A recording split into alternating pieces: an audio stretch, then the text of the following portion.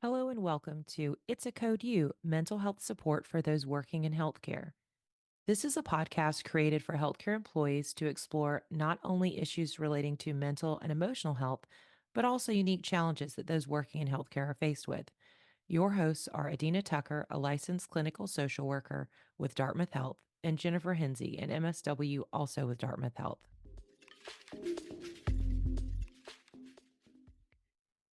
April is Alcohol Awareness Month. So, for this episode, we are going to look at the relationship between alcohol use and mental health. We will talk about how alcohol affects the brain and the rest of the body, as well as how to recognize if you may want to take a closer look at your own alcohol consumption or how to recognize a possible concern in those that you care about. Alcohol use and mental health issues can be closely related. Drinking excessive amounts can greatly affect your overall well being. We all drink for different reasons socially, to celebrate milestones and achievements, and sometimes to forget whatever's bothering us to escape our reality. And while it's absolutely true that alcohol can change our moods, we can feel braver, more relaxed. These effects are merely temporary, and the withdrawal from consuming alcohol can make us feel worse, both mentally and physically. So let's first look at how alcohol can affect our brains. Because alcohol is a depressant, it throws a wrench in the delicate balance of our neurotransmitters. These are the chemical agents in our brain that affect our feelings, moods, thoughts, and even our behaviors. Alcohol also lowers our inhibitions. Initially, we can feel less anxious after a drink or two, but the effects of alcohol we feel positive about can wear off pretty quickly. And then the brain changes that have occurred because of the alcohol can lead to worsening depression and anxiety, as well as negative thoughts and feelings. Alcohol also slows down our brains. We process things much slower. This can make it more difficult to recognize our emotions and even how our actions are going to affect us and others around us. Alcohol causes permanent damage to our brains. And we need neurotransmitters because that's what helps us to keep anxiety and depression at bay. So, having less of these can actually keep us wanting to drink more, which is how alcohol dependence happens. Now let's talk about how alcohol can affect us physically.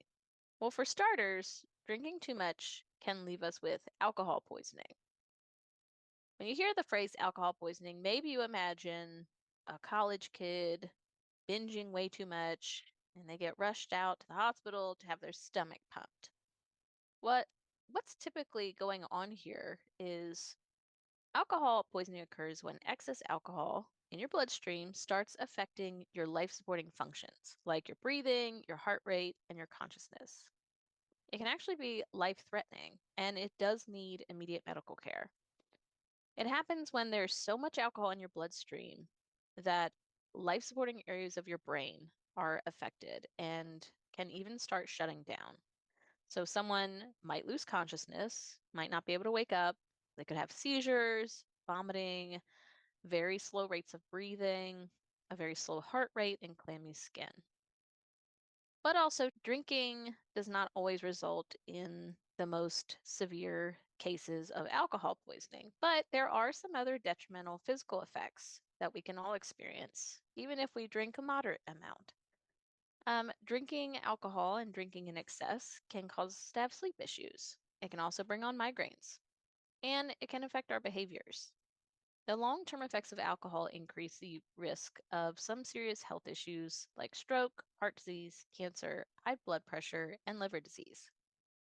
So, now I want to talk about how exactly our body processes alcohol, and then we'll move into more about mental health and then what to do if you know someone who might have an issue with alcohol or if you yourself have an issue with alcohol. So, alcohol is absorbed through our stomachs, then it goes to in our bloodstream. And according to northwesternmedicine.org, alcohol reaches our brains in only about 5 minutes. Alcohol is metabolized by our livers, and on average, the liver can metabolize 1 ounce of alcohol every hour. If we look at the legal limit of alcohol, which is 0.08 in the United States, it takes about 5.5 hours to leave your system. Alcohol affects our entire body, but specifically, as we talked about earlier, it does affect our brains. There are stages of intoxication. The first stage is subliminal intoxication, and your reaction time and judgment is only a little altered at this point. Then comes the euphoria, where your brain is releasing more dopamine, which we know as the pleasure hormone. You're probably feeling a little more relaxed. But at this point, your reasoning and memory can start to be a little impaired. After that, you're in the excitement stage, and this is when you've had enough alcohol to be considered legally intoxicated. At this point, the occipital, temporal, and frontal lobes of your brain are all affected. You may notice losing fine motor skills, your reaction time being much slower. You can also experience mood swings, further impaired judgment, and possibly nausea. If you continue to drink, you'll enter the confusion stage, which is marked by disorientation.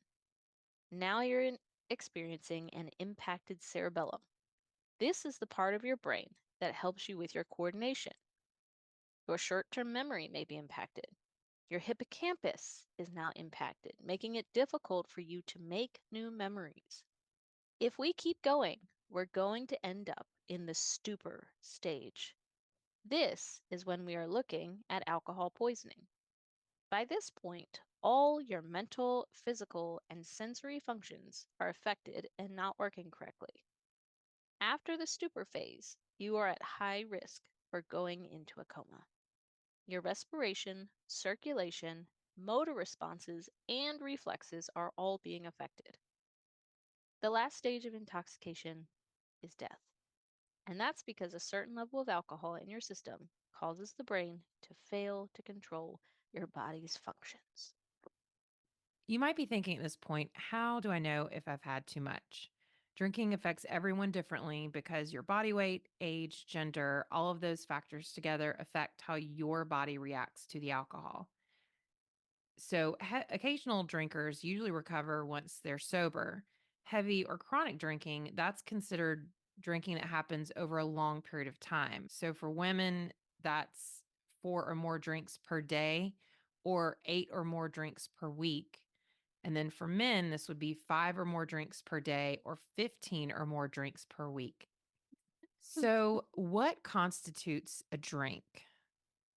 12 ounces of beer with a 5% alcohol content, because there are some high alcohol content beers. 5 ounces of wine, and those would be 12% alcohol content wines, or 1.5 ounces of an 80 proof liquor. That's what is typically considered one drink. Now that we've covered some basics about alcohol and how it's absorbed and what it does to parts of our brains, let's kind of look more at the relationship between alcohol and our mental health. Depressive symptoms are linked to regular heavy drinking. If you are on antidepressants for a depression diagnosis, it is not recommended to drink with those medications. Depression can become worse on antidepressants, and you may experience more side effects from the medications. Anxiety also has a tricky relationship with alcohol because at first, alcohol can feel as if it relieves some of your anxiety because you get that short feeling of being very relaxed. But once that disappears, you may drink more and more to get it back. And then that can contribute to forming a dependence on alcohol. Hangovers can definitely make anxiety worse because oftentimes people experience jitteriness and anxiety like symptoms when they have hangovers. If you are a regular heavy drinker, another possible thing you might experience with mental health is psychosis. So, psychosis is when someone loses contact with reality. Some symptoms of psychosis are hearing voices or having some paranoid beliefs that your loved ones don't seem to share. It's important to note that psychosis can come about due to drinking. However, there are a host of other mental health conditions that can co occur with psychosis episodes. So, if you find yourself experiencing something that sounds like psychosis, I would reach out to your primary care physician for evaluation or a mental health professional. You may also have an undiagnosed underlying condition that needs to be treated. That is really helpful information, Adina. And I would just like to add If you've been thinking about stopping your drinking and you're having trouble cutting back or stopping altogether, or maybe you feel like you've lost control with how much alcohol you drink, or if you find yourself preoccupied with drinking, you may want to see a mental health professional to be evaluated for an alcohol use disorder. Those who are diagnosed with an alcohol use disorder are also much more likely to have a co occurring mental health condition, such as depressive disorders, anxiety disorders, trauma and stress disorders, and sleep disorders. Schizophrenia and bipolar are also common co occurring disorders, along with alcohol use disorder. And this is all from research by the National Institute on Alcohol Abuse and Alcoholism. So, if you've been listening and you're thinking that you either may have an issue yourself or maybe a loved one who has an issue with alcohol, we do have some resources for you that might be helpful, and we will put these in the show descriptions as well with some links. First, Al Anon is a support group for those who have friends and family who may have issues with alcohol. Alcoholics Anonymous is a well known support group that offers tons of options for people to drop in during meetings to get support with their drinking. The Substance Abuse and Mental Health Services Administration has a national helpline, which is free, confidential, for referrals and information, and it is 1 800 662 HELP. Getting evaluated by an addiction specialist or treatment provider is another great place to start, especially if you feel you would like to get treatment in a facility and get some extra support. We will put links to all of those resources in the show description for anyone who's interested. And hopefully, this episode has provided some helpful information. If you have not already subscribed, please do so. It's the best way to ensure that you don't miss any episodes. And we appreciate you listening. Thank you. Thank you for joining us this week. As always, if you'd like more information and support, please check out our site at dartmouth-health.cobalt.care for additional content, connection to resources, support groups that you can sign up to attend, or to connect to one of our clinicians for counseling, psychotherapy, or medication evaluation. We appreciate you listening and hope you have a wonderful week.